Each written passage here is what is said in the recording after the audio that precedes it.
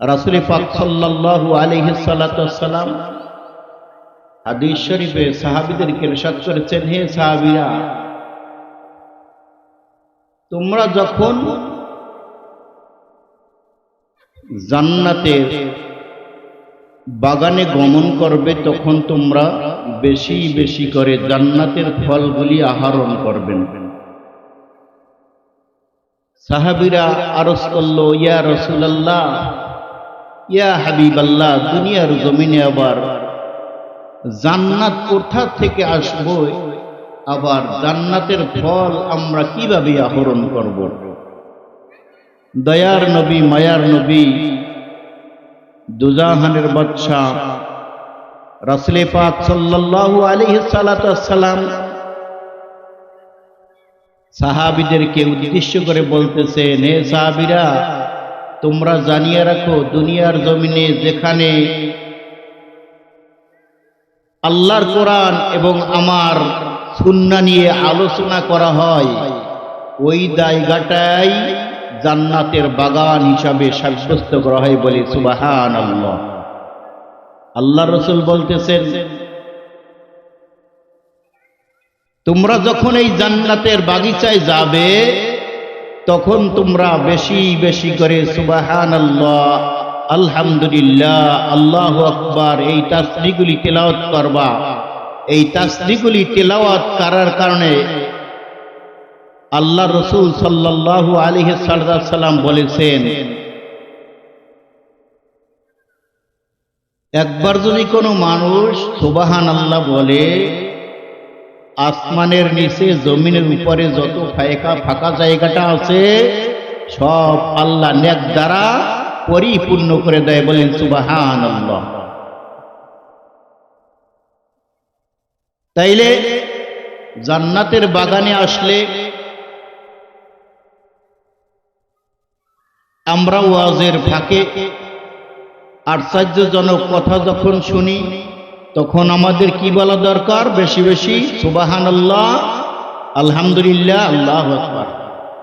আজ আমরা এমন একটা মুহূর্তে এখানে কোরআন এবং হাদিস নিয়ে আলোচনা করতেছি উন্মুক্তভাবে, নির্ভয়, কোনো ভয় নাই। কিন্তু বিগত 3 মাস আগে, প্রায় 3 মাস আগে যে কোনো জায়গায় কোরআন এবং হাদিসের কথা বলতে ভয় হইতো। কি গান হইতো কিনা? কি গান ভাই? কোরআন এবং হাদিসের হক কথা, সত্য কথাগুলি বলতে ভয় হইতো। যখন এই হক কথা বলা হইতো তখন ওই সেখানে নামধারী কিছু কুলাঙ্গার নাস্তিকপন্থী এরা ওয়াজ মাহফিলে বাধা দিত, বক্তার উপরে আক্রমণ চালাইতো। এমনকি এইভাবে আস্তে আস্তে বাংলাদেশ থেকে ওয়াজ বন্ধ হয়ে উপকরণ হয়ে গেছিল। কি কান কথা ঠিক কিনা? ওয়াজগুলি হক কথা বলা বন্ধ হয়ে গিয়েছিল। যখন এই কোন আলেমরা কোরআনের হক কথা বলতে চাইতো তখন এই তাদেরকে বলা হইতো বিভিন্ন রকমের জঙ্গি, জামাত শিবির, বিভিন্ন রকমের উল্টাপাল্টা নাম দিয়ে তাদেরকে মিথ্যা মামলা দিয়ে হয়রানি করা হইতো। আর কথায় কথায় বলা হইতো বেশি বাড়াবাড়ি করলে ঘাড় ধরে ধাক্কা দিয়ে পাকিস্তান পাঠিয়ে দেওয়া হবে। কি কোন কথা ঠিক কিনা? এই কথাগুলি বলা হইতো। কিন্তু মহান আল্লাহ রাব্বুল আলামিনের পক্ষ থেকে এমন ফয়সালা হয়ে গিয়েছে, যাদেরকে ঘাড় ধাক্কা দিয়ে পাকিস্তান পাঠিয়ে দেব তারাই সেই দেশে রয়ে গেছে, আর যারা ধাক্কা দিয়ে পাঠিয়ে দেবে তারা বিনা ধাক্কায় তার সেই মামুর দেশে যায় বৈশা রয়েছে। কি কোন কথা ঠিক কিনা?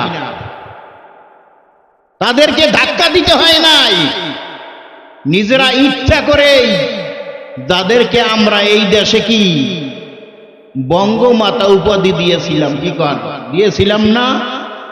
আমাগো সেই মা সন্তান হারাইয়া নিজের জান লইয়া বাঁচে, কিন্তু সন্তানের কোনো খবর নাই। যেই মায়ের সন্তানের মায়া নাই, যেই মায়ের সন্তানের প্রতি কোনো মোহাব্বত নাই। আবার সেই মায়ের পিছনে ঘোরো কুলাঙ্গারেরা, লজ্জাও তো করে, লজ্জা থাকা দরকার। কিন্তু আমাদের একে একে 3 বারের প্রধানমন্ত্রী, তাকে বাহিরে যাওয়ার জন্য কয়েকবার বলা হয়েছিল বেগম খালেদা জিয়াকে। সে কি বলেছিল যে যদিও মারা যাই এই দেশেই মারা যাব, কিন্তু আমি আমার জনগণ ছেড়ে বাহিরে যাব না। জীবন কথা ঠিক কিনা বলছে না? আজ এমন একটা সময় আমরা এই মাহফিলটা করতে পেরেছি, এই জন্য কি আমরা খুশি না বেজার? ভাই, খুশি না বেজার? আমরা আনন্দিত। মন খুলে কোরআন হাদিসের কথা বলা যাবে। আর কোনদিন এই কুলাঙ্গার, এই ফেসিবাদীরা এই বাংলাদেশ আর দখল করতে পারবে না। আমাদের দেশের জনগণ এবং প্রশাসন তাদের প্রতি তীক্ষ্ণ নজর রেখেছে। কি গণ, আস্তে আস্তে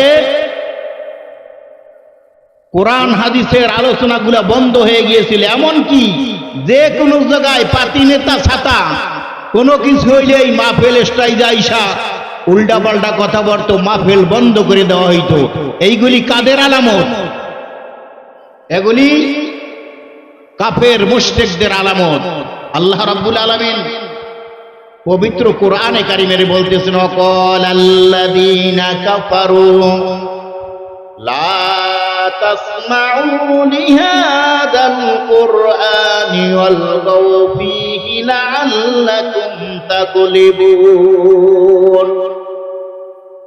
কাফের মুশরিকরা বলছিল, আবু জাহেল, আবু লাহাব, উতবা, সাইবা, আবু সুফিয়ান, তারা বলেছিল তাদের দলবলকে, আব্দুল্লাহর বেটা মুহাম্মদ যেখানে যখন কোরআন তেলাওয়াত করে তোমরা সেখানে যাবে না, আর যখন কোরআন তেলাওয়াত শুরু করে দেবে ওইটাকে তোমরা বন্ধ করার চেষ্টা করবে। আর যদি তোমরা বন্ধ না করতে পারো তাহা হইলে তোমরা ওইখানে হাততালি দেবে, গন্ডগোল সৃষ্টি করবে। সেখানে তোমরা গন্ডগোল সৃষ্টি করবে, আনন্দ ফুর্তি করবে, যেন মানুষগুলা ওই কোরআনের মজমায় বসে, হাদিসের মজমায় বসে মুহাম্মাদের কথাগুলি শুনতে না পারে। তাহলে মুহাম্মদ সাল্লাল্লাহু আলাইহি সাল্লামের সময় তখন এই কোরআন হাদিসকে বন্ধ করার জন্য কাফের এবং মুশরিকরা তখনও এই রকম ষড়যন্ত্র করেছিল।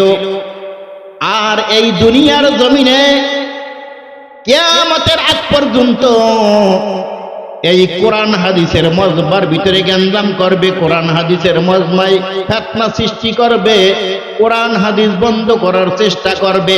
এরা হইছে ওই আবু জাহেল, উতবা এবং সাইবা, আবু কাফরের সম্প্রদায়। তারা কি কোন কথা ঠিক কিনা? কারণ কোন মুসলমানরা ওয়াজ বন্ধ করতে পারে না, একমাত্র ওয়াজ মাহফিল বন্ধ করে ইহুদি নাসারা। কারণ এরা ইসলামের শত্রু। আর যাহারা ইসলামের শত্রু, ইসলামের দুশমন, তাহাদের পিছনে কোনো মুসলমান থাকতে পারে না, তাহাদের সমর্থনও করতে পারে না। মুসলমান যারা এরা থাকবো ইমানদারের পিছনে, মুসলমান যারা এরা থাকবো নামাজিদের পিছনে, মুসলমান যারা তারা থাকবে মুসলমানের পিছনে। কি কোন কথা ঠিক কিনা? তাইলে আজ আমরা মুক্তভাবে নির্ভয় সেই কোরআন হাদিসের কথাগুলি আমরা বলতে পারছি। এই জন্য আমরা খুশি না বেজার? কি গান ভাই, খুশি? আমরা এই জন্য খুশি। কি গান? যাই হোক, পবিত্র কোরআনে কারিম থেকে একটি আয়াতে কারিমা তেলাওয়াত করেছিলাম। আল্লাহ রাব্বুল আলামিন আয়াতে কারিমার ভিতরে বলতেছে, ইয়া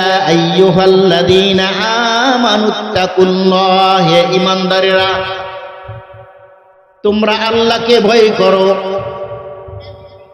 তোমরা আল্লাহকে ভয় করো। ওয়াবতাগু ইলাইহিল ওয়াসিলা, এবং তোমরা ওসিলা তালাশ করো। এখন এই ওসিলাটা কি? এই ওসিলা দিয়ে আমাদের সমাজে বিভিন্ন রকমের বিভ্রান্ত রয়েছে। একদল বলে পীর ধরা হইছে ওসিলা, আবার আরেক দল বলে পীর দ্বারা ওসিলা নাই, যখন যারা ক্ষমতায় থাকে তাদের গোলামি করা এই ওসিলা।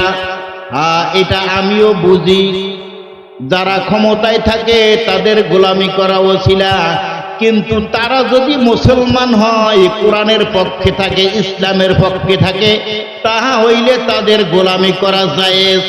আর যদি তারা কোরআন হাদিস বিরোধী হয়, আল্লাহ বিরোধী, রসুল বিরোধী হয়, তাদের গোলামি করা সম্পূর্ণ হারাম। তাদের গোলামি, তাদের সমর্থন করা কখনো জায়েজ হবে না। আল্লাহ বলেছেন ওয়াবতাগু ইলাইহিল ওয়াসিলা। এখন এখানে ওসিলা জিনিস কি এইটা আল্লাহ নিজেই তারপরে বলে দিয়েছেন, ওয়াজাহিদু ফি সাবিলিল্লাহ, তোমরা আল্লাহর রাস্তায় জিহাদ করো। এখন এই জিহাদের আবার অনেক অর্থ রয়েছে। ওয়াজাহিদু ফি সাবিলিল্লাহ লাআল্লাকুম তুফলিহুন, তোমরা আল্লাহর রাস্তায় জিহাদ করো, তাহা হইলে তোমরা সফলতা অর্জন করতে পারবা, মানে তোমরা জান্নাতে যাইতে পারবা। এই জিহাদ, জিহাদের অনেকগুলি অর্থ রয়েছে। জিহাদের এক অর্থ হইছে আপ্রাণ জান জীবন দিয়ে চেষ্টা করা। জালেমের বিরুদ্ধে কথা বলা জিহাদ, জালেমের বিরুদ্ধে কলমের মাধ্যমে লিখনীয় ভাবেও জিহাদ করা যায়। আবার জালেমের বিরুদ্ধে কথা বললে ওটা জিহাদের সব হয়ে যায়। কিন্তু এমন একটা সময় অতিবাহিত হয়ে গিয়েছে, এই জিহাদের কথা কইলেই আমাদেরকে বলা হইতো এরা হইছে জঙ্গি। কি কোন ঠিক কিনা? জিহাদের কথা, অথচ জিহাদ সম্পর্কে আল্লাহ রাব্বুল আলামিন কোরআনে কারিমের ভিতরে অসংখ্য আয়াত নাজিল করেছে, এবং কি মুসলমানের উপরে জিহাদ করা ফরজ হয়ে গিয়েছে। যখন ইসলামের দুর্দিন আসে, মুসলমানরা যখন ইহুদি নাসারাদের বিভিন্ন রকমের অত্যাচার নির্যাতিত হয়, মুসলমানরা যখন মার খায়, আল্লাহর রসুলের সময় যখন মুসলমানরা নির্যাতিত ছিল, আল্লাহ রাব্বুল আলামিন প্রথমেই কিন্তু জিহাদ ফরজ করেন নাই। যখন মোটামুটি ভাবে মুসলমানের একটু শক্তি বাড়ল, তখন আল্লাহ রাব্বুল আলামিন জিহাদের আয়াত নাজিল করে আল্লাহর রাসূলকে জানিয়ে দেন, হে রাসূল, আপনি এখন কাফের এবং মুশরিকদের সাথে জিহাদ করেন, যাহারা আপনাদের সাথে যুদ্ধ করে। কি গান কথা ঠিক কিনা? জিহাদের কথা বললেই বলা হতো এরা জঙ্গি, এরা হইছে মৌলবাদী। আর সে মৌলবাদ কারা, এইটাও এই জাহেল গুলানে বোঝে না। মৌল মানি আসল, মৌল মানি কি? আসল। মৌল মানি আসল। যারা কোরআন এবং হাদিসের পক্ষে আছে এরাই হইছে মৌলবাদী, মানি এরাই প্রকৃত মুসলমান। আর যারা এই মৌলবাদী বিরোধী এরা কিন্তু মুসলমান না। এখন এই নামটা অনেকে আমরা বুঝতেও বলি, আবার অনেকে না বুঝতেও বলি। যাই হোক, আল্লাহ রাব্বুল আলামিন আয়াতে কারিমের ভিতরে বলতেছেন, ইয়া আইয়ুহাল্লাযীনা আমানুত্তাকুল্লাহ, তোমরা আল্লাহকে ভয় করো। ওয়াবতাগু ইলাইহিল ওয়াসিলা, এবং তোমরা ওসিলা তালাশ করো। এখন ওসিলাটা কি হইছে? ওসিলাটা হইছে ওয়াজাহিদু ফি সাবিলিল্লাহি লাআল্লাকুম তুফলিহুন, এবং তোমরা আল্লাহর রাস্তায় জিহাদ করো, তাহলে তোমরা সফলতা অর্জন করতে পারবে। এখন এখানে বলা হয়েছে তোমরা জান্নাতে যাওয়ার ওসিলা তালাশ করো, নেক আমল করো। এখানে ওসিলা হইছে নেক আমল, সৎ আমল, আমলে চলে। হযরত আব্দুল্লাহ ইবনে ওমর রাদিয়াল্লাহু তাআলা আনহু থেকে বিশাল একখানা হাদিস আব্দুল্লাহ ইবনে ওমর রাদিয়াল্লাহু আনহু riwayat করেছেন। রাসূল পাক সাল্লাল্লাহু আলাইহি ওয়াসাল্লাম হাদিস শরীফে ইরশাদ করেছেন, বনি ইসরাইলের তিন বন্ধুর ব্যাপারে। বনি ইসরাইলের সময় তিন বন্ধু একসাথে ভ্রমণের উদ্দেশ্যে বাড়ির থেকে বাইর হয়েছে। অনেক দূর যাওয়ার পরে পথিমধ্যে বৃষ্টিতে তাদেরকে পেয়ে গেছে। রাস্তার ভিতরে যখন তারা হাঁটতেছেন, এমন সময় তিন বন্ধুকে বৃষ্টিতে পাইল। বৃষ্টি থেকে আত্মরক্ষার জন্য তারা একটা পাহাড়ের গুহায় আশ্রয় নিয়েছেন। পাহাড়ের গুহায় যখন আশ্রয় নিলেন, বৃষ্টি থেকে তারা আত্মরক্ষা পাইলেন। কিন্তু হঠাৎ করে ওই পাহাড়ের উপর থেকে প্রকাণ্ড বিরাট একটা পাথর এসে ওই পাহাড়ের মুখটা বন্ধ করে দিয়েছেন। পাহাড়ের গুহার ভিতরে তিন বন্ধু আটকানো, তারা বন্ধ হয়ে গিয়েছেন। তারা চিন্তা করতেছেন কিভাবে এই গুহার থেকে বাহির হওয়া যায়। তিন বন্ধু চিন্তায় পড়ে গেলেন। তিন বন্ধু এই পাহাড়ের এই পাথরখানা তিনজনে ধাক্কাধাক্কি করতেছেন, কিন্তু পাহাড় সরা তো দূরের কথা, পাহাড় চুল পরিমাণ লারান তাদের পক্ষে সম্ভব না। এক বন্ধু তাদেরকে বলতেছেন, বন্ধু গো, যে বিপদে আমরা পড়ে গিয়েছি, আমাদের মতো সাধারণ মানুষের এই তিনজন না দশজন না, অনেক মানুষ যদি এই পাথরটাকে সরানোর চেষ্টা করি, আল্লাহর হুকুম ছাড়া এই পাথরটা কশ্চিনকালেও সরানো হবে না, কশ্চিনকালেও সরানো যাবে না। এখন আর এক বন্ধু বলতে, তা হইলে আমরা কি করব? এক বন্ধু পরামর্শ দিলে, আসো আমরা জীবনভর যে নেক আমল করেছি, ভালো আমল করেছি, কার জীবনে কে কি নেক আমল করেছি, ওই নেক আমল নিয়ে একটু চিন্তা ভাবনা করে একটু গবেষণা করো। আমাদের জীবনের যে আমলগুলো একমাত্র আল্লাহকে রাজি এবং খুশি করার জন্য করেছি, আল্লাহকে ভয় করার জন্য করেছি, ওই আমলটাকে উসিলা বানাইয়া আল্লাহর কাছে আমরা প্রার্থনা করি। আসো সবাই মিলে এক একজনের ভালো আমল উসিলা করে আল্লাহর কাছে প্রার্থনা করি। বলো, আল্লাহ গো, আমি অমুক জায়গায় অমুক এই আমলটা করেছি, এই আমলটা যদি তোমাকে ভয় করে আমল করি, তাহলে তুমি আমাদের এই গুহার মুখের থেকে এই পাথরখানা সরিয়ে দাও। তিন বন্ধু এক হয়ে এখন চিন্তা ভাবনা করতেছেন, কে কোন দিন কোন ভালো আমল করলো। এক বন্ধু বলতেছে, বন্ধু পেয়েছি। এক বন্ধু বলতেছেন, আমি একজন গরিব মানুষ, আমার মা বাবার ভরণ পোষণ আমার উপরে ছিল, আমি একজন উট রাখাল ছিলাম। প্রত্যেক দিন আমি উট রাখালগিরি করতাম। সন্ধ্যার আগে উটগুলি এনে নিজ হাতে দুধ দোহন করে, নিজ হাতে দুধ গরম করে আমি আমার নিজ হাতে আমার মা বাবাকে আগে খাওয়াইতাম। কিন্তু আমার ছেলে সন্তান ছিল, স্ত্রী পরিবার ছিল, কিন্তু তাদেরকে আমি আগে খাওয়ান সমীচীন মনে করতাম না, ভালো মনে করতাম না। কিন্তু পথিমধ্যে একদিন উট চড়াইতে অনেক দূরে গিয়েছি, উট নিয়ে আসতে আসতে অনেক রাত হয়ে গিয়েছে। আমি আসিয়া দেখি আমার মা এবং বাবা তাহারা গভীর ঘুমের ভিতরে আচ্ছাদিত হয়ে গিয়েছেন, ঘুমের ভিতরে রয়েছেন। আমি নিজে দুধ দোহন করলাম, দুধ গরম করে আমি আমার মা বাবার শিহরে দাঁড়িয়ে রইলাম। এমন সময় আমার ছোট্ট ছোট্ট কতি কতি মাসুম বাচ্চাগুলো আমার পায়ের কাছে এসে আমার পায়ে ধরতেছে, বলতেছে, বাবা ক্ষুধার জ্বালা সহ্য করতে পারতেছি না, আমাদেরকে দুধ পান করাও। এই জন্য বাচ্চাগুলো কাঁদতেছে। আর আল্লাহর বান্দা বলতেছে, আমার মা বাবাকে আগে না খাইয়া আমি আমার সন্তানদেরকে খাওয়াবো, এইটা আমি পছন্দ করি না। কিন্তু আমার মা বাবা এখন ঘুমের ভিতরে রয়েছে, কিন্তু ঘুমের থেকে তাদেরকে জাগাবো এইটাও আমার কাছে ভালো মনে হয় না। ইনি শিহরে দাঁড়ায় রইলেন।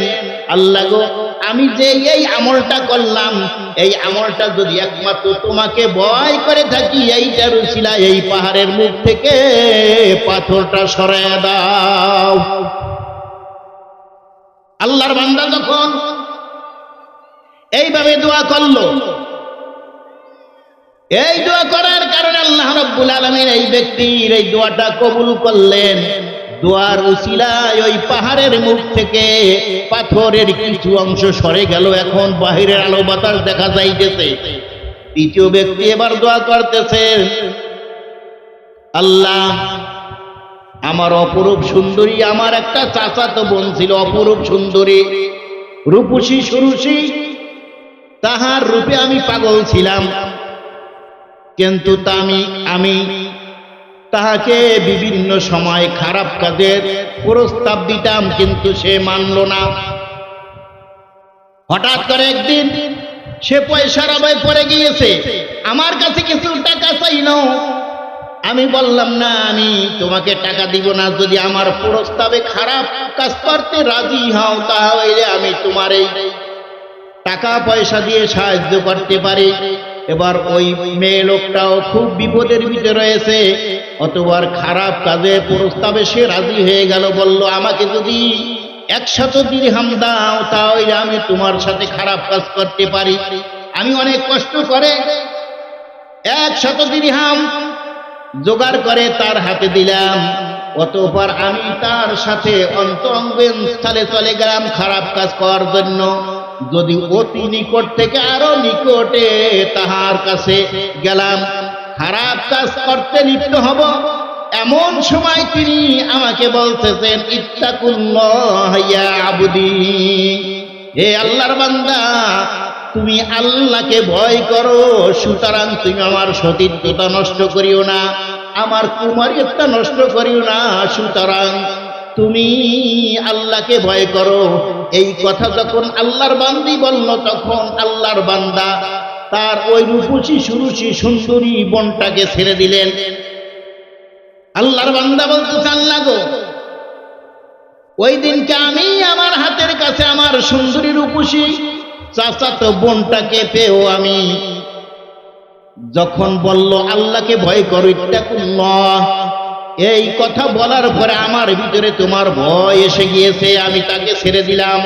হাতের নাগালে পেয়েও আমি তার সাথে খারাপ কাজে লিপ্ত হই নাই। আল্লাহ গো, আমি যদি তাকে একমাত্র তোমাকে রাজি এবং খুশি করার জন্য এই খারাপ কাজ থেকে বিরত হয়ে থাকি, তাহলে এই কাজের উচিলাই, এই আমলটার উচিলাই এই পাহাড়ের গুহার থেকে এই পাথরটা সরিয়ে দাও। যখন তিনি আল্লাহর কাছে অনুনয় বিনয় করলেন, আল্লাহর কাছে এই আমলটা অনেক পছন্দ হয়ে গিয়েছে। এই আমলের উচিলায় ওই পাহাড়ে যে গুহা আটকে রাখছিল, যে পাহাড় পাথরটায়, ওই পাথরটা আরো কিছু সরে গেল। এবার এখন পর্যন্ত গুহার থেকে বাহির হওয়ার পরিবেশ সৃষ্টি হয় নাই, এখনো বাহির হওয়ার মতন জায়গা হয় নাই। এবার তৃতীয় ব্যক্তি আবার আল্লাহর কাছে আরজ করতে, আল্লাহ গো, আমি একজন কাজের লোক রেখেছিলাম, কিছু টাকা পয়সার বিনিময়ে সে কিছুদিন কাজ করার পরে আমার কাছে তার প্রাপ্য টাকা পয়সা চাইল।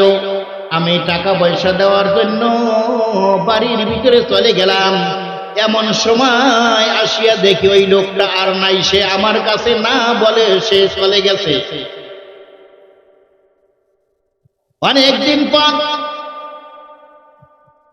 লোকটা আসিয়া আমাকে বলতেছে, আল্লাহর বান্দা, তুমি আল্লাহকে ভয় করো আর আমার প্রাপ্য টাকা পয়সাগুলি আমাকে দিয়ে দাও। আর ওই আল্লাহর বান্দা ওই লোকটার যে টাকা পয়সা রিয়াল দিনার পাইতো, ওইটা দিয়ে তিনি সর্বপ্রথম বকরির বাচ্চা কোরা কিনছেন, বকরি লালন পালন করলেন, তারপরে ওই বকরি বেচে গরু গাবি কিনলেন, ওই গাভী লালন পালন করতে করতে তার অসংখ্য গরু বাছুর ভেড়া বকরি হয়ে গেল অনেক। এগুলি রাখার জন্য তিনি কর্মচারী নিয়োগ দিলেন। অনেক ভেড়া বকরি অনেক গরু ছাগল হয়ে গেল। আল্লাহর বান্দা যখন আসলো আমার কাছে, তার প্রায় আমানত চাইলো, টাকা পয়সা চাইলো। আমি তখন তাকে বললাম, এই মাঠের ভিতরে যত গরু বাছুর আছে, যত টাকা পয়সা তোমার ছিল, ওই টাকা পয়সা দিয়ে আমি প্রথমে বকরি ক্রয় করেছি, বকরি বিক্রি করে গাভী ক্রয় করেছি। ওই গাভীর থেকে বাচ্চা দিতে দিতে এই অনেকগুলি গরু বাছুর হয়েছে। এগুলি রাখার জন্য আমি পালার জন্য রাখাল ব্যবস্থা করলাম। কিন্তু তুমি জানিয়ে রাখো, এই মাঠের ভিতরে যত গরু ছাগল ভেড়া বকরি দেখো এবং কর্মচারী আছে, এইগুলি সব তোমার পয়সা, সুতরাং সবগুলি তোমাকে দিয়ে দিলাম, তুমি নিয়ে যাও। আল্লাহর বান্দা বলতেছে, ভাই আমার সঙ্গে আনন্দ করেন না, আমার সঙ্গে রং তামাশা করেন না। সুতরাং এই ব্যক্তি যে কিছু অল্প কিছু টাকা পয়সা পাইতো, এইটা দিয়ে যে এত ধন সম্পদ, এত ভেড়া বকরি গরু বাছুর হইতে, এইটা ওই লোকটার বিশ্বাস হয়েছিল না যে আমার টাকায় এত ভেড়া বকরি এতগুলা কিভাবে হইল।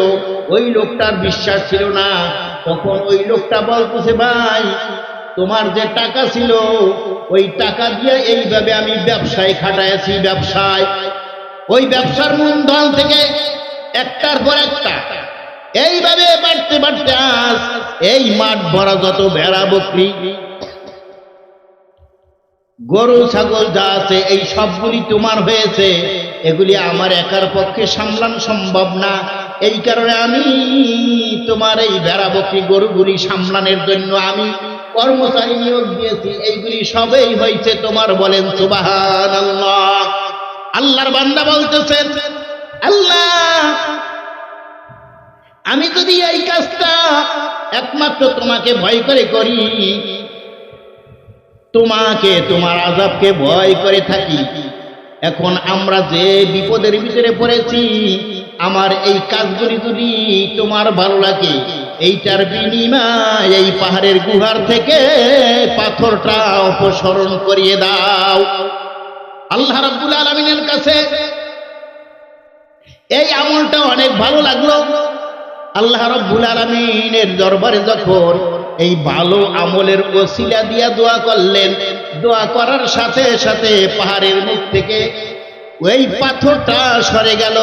অতঃপর তিন বন্ধু ওই পাহাড়ের ভিতরে যে পাথর চাপা দিয়ে আটকে রাখছিলেন, ওই পাথর ভালো আমলের উসিলায় দোয়া করার সাথে সাথে পাথরটা সম্পূর্ণ সরে গেল। আর তিন বন্ধু পাহাড়ের গুহার থেকে মুক্তি পেয়ে বাইর হয়ে আসলো। বলি সুবহানাল্লাহ। তাহলে যে কোনো বিপদে আপদে আমাদের ওসিলা বানাইতে হবে কি? একমাত্র নেক আমল। কি কোন কথা কিনা? যে কোনো ওসিলায়, যে কোনো বিপদে আপদে আমাদের ওসিলা করতে হবে কি? নেক আমল। নেক আমলের কারণে, নেক আমলের ওসিলা দিয়া দোয়া করলে আল্লাহ সেই দোয়া কি করে? কবুল করে। আল্লাহর রাসূলের হাদিস দ্বারা প্রমাণ। কি কোন ঠিক কিনা? আমরা কি বিপদে আপদে পড়ি? কি কোন বিপদে আপদে পড়লে আমরা আল্লাহর কাছে সাহায্য চাই না, সাহায্য চাই কার কাছে জানেন? অনেকে যায় পীরের কাছে সাহায্য চাই, মরিয়ে কাছে মাজারে যায় সাহায্য চাই। আমার পোলা নাই, আমারে পোলা দেন। আমার মাইয়ার দরকার, আমার মাইয়া দেন। আমার মাইয়া সাবাল লেখা হয়েছে, বিয়া দিতে পারি না, এ পীর বাবা, ল্যাংড়া বাবা দোয়া করেন। কি কোন কথা ঠিক কিনা? তাইলে দোয়া করতে হবে কার নামে? একমাত্র আল্লাহর নামে। বিপদে পড়েন, যে কোনো কিছুর দরকার হোক, চাইবো কার কাছে? আল্লাহর কাছে। কি কোন কথা ঠিক কিনা? যাই হোক, কিছু সময় পবিত্র কোরআনে হাদিস, কোরআন এবং হাদিস থেকে একটা আয়াত এবং একটা হাদিসের ধরে যতটুকু আমল করলাম, এইটার মাধ্যমে আমরা কি জানেছি, কি জানলাম? যে কোনো বিপদে আপদে সাহায্য চাইতে হবে কার কাছে? আল্লাহর কাছে। অন্য কারো কাছে সাহায্য চাওয়া যাবে না কি কোন কথা ঠিক কিনা? যাই হোক, আল্লাহ রাব্বুল আমাদের সকলকে সহি আমল করার দান করুন, আমিন। ওয়া মা আলিনাল বালাগ।